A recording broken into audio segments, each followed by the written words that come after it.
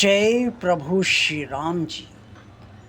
भगवान और आप चैनल के अत्यंत प्रिय श्रद्धालु भक्तों, आप सभी जानते हैं कि भगवान राम को वनवास भिजवाने के पीछे मंथरा का हाथ था और मंथरा ने ही कैकेयी के कान भरे थे और कैकेयी को ही भड़काया था कि वो अपने पुत्र भरत को राजगद्दी दिलाए।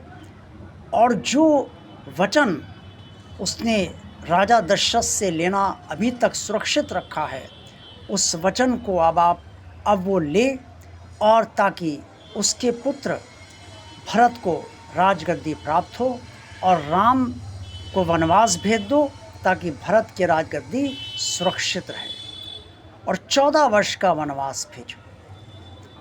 ये सभी जानते हैं कि इसके लिए मंथरा को दोषी माना गया और चूँकि कैकेयी ने कर्म किया, इससे कैकेयी को दोषी भी माना गया। लेकिन रामचरितमानस में ये स्पष्ट तौर पे प्रमाण दिया गया है कि मंथरा इस बात के लिए जिम्मेदार वास्तव में नहीं थी और कैकेयी भी इस बात के लिए जिम्मेदार, जब मंथरा नहीं थी तो कैकेयी भी नहीं मानी जानी चाहिए। रामचरितमानस में जो बात लिखी गई वो गलत तो नहीं हो सकती। अब ये क्यों हुआ?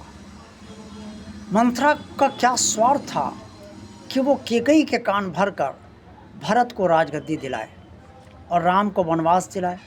आखिर मंथरा का राम से तो कोई झगड़ा नहीं था, फिर उसने ऐसा दुष्कर्म क्यों किया? क्या जानबूझकर किया या उससे करवाया गया?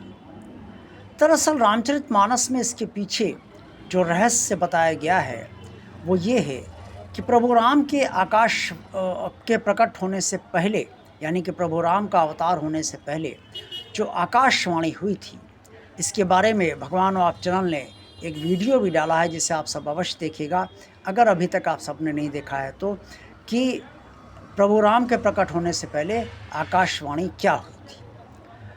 तो इस वीडियो को आप सब अवश्य देखिएगा। तो प्रभु राम के प्रकट होने से पहले जो आकाशवाणी हुई थी, उसमें समस्त देवताओं को ये वचन दिया गया था कि राम के रूप में अवतार लिया जाएगा और रावण का संहार जो है वो की होगा, इसलिए देवगण निश्चिंत रहे।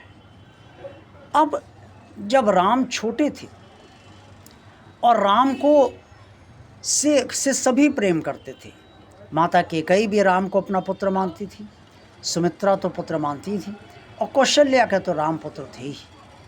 दशरथ राम को बहुत चाहते थे, अन्य तीनों पुत्रों को भी चाहते थे, भरत लक्ष्मण और शत्रुघ्न को भी चाहते थे, लेकिन राम उन्हें बहुत प्रिय थे। सब कुछ ठीक चल रहा था और ये गुरु वशिष्ठ जी से पूछकर दशरथ जी ने राम के राज्याभिषेक की तैयारी भी शुरू करवा दी थी और ये उचित भी था कि राम चूँकि बड़े हैं, इससे राम को राजगद्दी दी जाए। मंथरा का भी राम से कोई झगड़ा नहीं था, राजा दशरथ से भी कोई वैर नहीं था।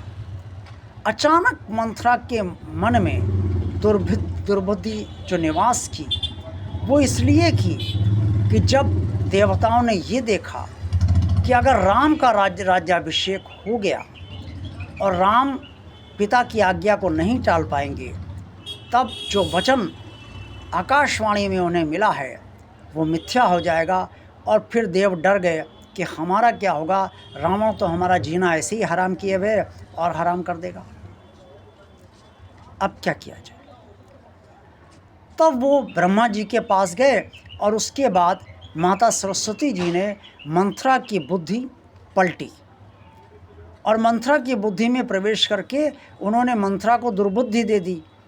और जिस दुर्बुद्धि के कारण मंथरा के अंदर ये विचार आया कि भरत को राजगद्दी कैकेयी से दिलवाई जाए ताकि राम को वनवास हो और राम वो कार्य करे जिसके कारण उन्हें अवतार दिया गया है या उन्होंने अवतार लिया है। तो अब आप ये बताइए कि मंथरा यहाँ पर कहाँ दोषी हुई? ये प्रमाण तो रामचरितमानस में है, जो बालकांड में ही स्पष्ट तौर पर वर्णित है। लेकिन होता क्या है कि जब कर्म जिस व्यक्ति के जरिए होता है, चाहे वो अच्छा हो चाहे वो बुरा हो, तो उसके लिए जिम्मेदार वो व्यक्ति ही माना जाता है।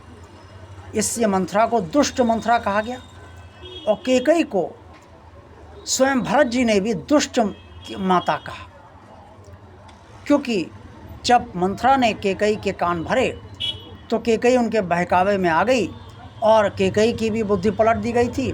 इससे कैकेयी ने वो वचन मांग लिया जो वास्तव में अगर उसकी बुद्धि कैकेयी की ना पलटी जाती तो वो मंथरा के जरिए तो वो वचन ना मांगती, जो उसे नहीं मांगना चाहिए था, यानी कि भरत को राजगद्दी दी जाए और राम को 14 वर्ष का वनवास दिया जाए। एक इंग्लिश में कहावत है, मैन प्रपोसेस गॉड डिस्पोसेस, यानी कि आदमी कर्म करता है लेकिन उसका फल भगवान पलट देता है, भाग्य पलट देता है। यहाँ पर भाग्य की कोई बात नहीं, यहाँ पर नियति की बात है। किस नियत के तहत प्रभु राम ने अवतार लिया था, अब ये तो प्रभु राम की बात है और रामचरितमानस की बात है।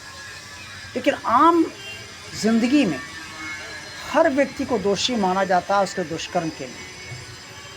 ये तो नहीं कहा सकता कि हर समय हर व्यक्ति को दुष्कर्म करने के लिए माता सरस्वती प्रेरित करती हैं, नहीं, उसके लिए तो दोषी माना जाना चाहिए। लेकिन नियति जब होती है तो भाग्य उस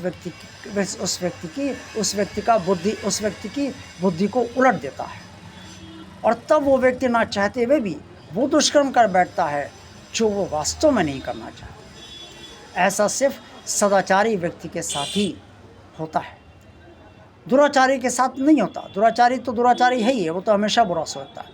लेकिन सदाचारी जब दुष्कर्म करता है तो उसका भाग्य जो है विपरीत बुद्धि दे देता है। इस वीडियो का मतलब मेरा ये नहीं है कि दुष्कर्म को बचाना है या ये कहना है कि ये व्यक्ति निर्दोष है दुष्कर्म करते हुए। जो सत्य है रामचरितमानस से मैंने समझा वही मैंने आपको बताया है। आज का वीडियो आपको अच्छा लगा है तो इसे अवश्य लाइक कीजिएगा।